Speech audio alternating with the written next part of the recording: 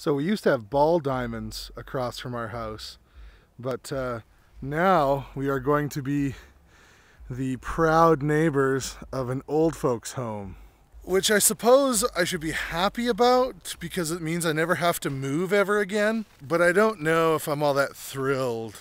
It's gonna make partying a lot harder, but that's okay. There ain't no party like my Nana's tea party. Hey, ho.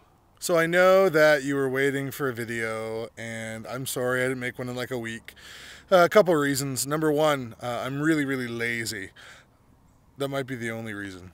Actually, we were gone this weekend to a retreat out in a nearby lake where it was kind of one of those modern primitives. If you haven't heard of the modern primitive movement, take a look at it.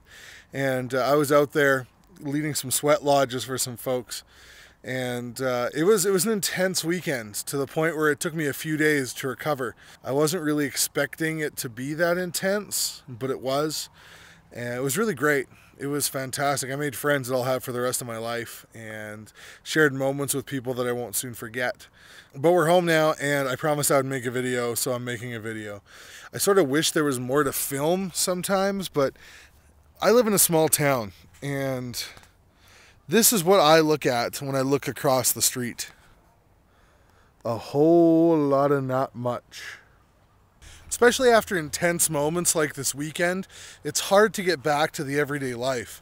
A lot of people I've talked to have been talking about how getting back into the swing of things has been really hard for a lot of the people that were there. And it is. Whenever you experience something really great, or really intense, or really bonding, sometimes it's hard to go back to the real world. Now, some people just live for events like this. For them, it's like filling up with gas. You just try to get enough to get to the next one. But that's never healthy because life just keeps happening. There's still bills to pay and family to take care of, the ins and outs of making money so that you can stick food in your mouth and keep a roof over your head. For me, the trick is always to try to integrate the two, to make it so that life and the moment aren't two separate things. That this incredible experience you had isn't just one of these momentary blips on the radar. That some of the lessons you learn you can bring back into your everyday life. The problem with that is that it usually requires sacrifice of some sort or hard decisions. Whether it's decisions about who you spend your time with, what you spend your time doing, or even what you do for a living. But it's in those decisions that you move from the moment to a life that's changed. And when that happens, the glow never really wears off. It just keeps building year after year and day after day.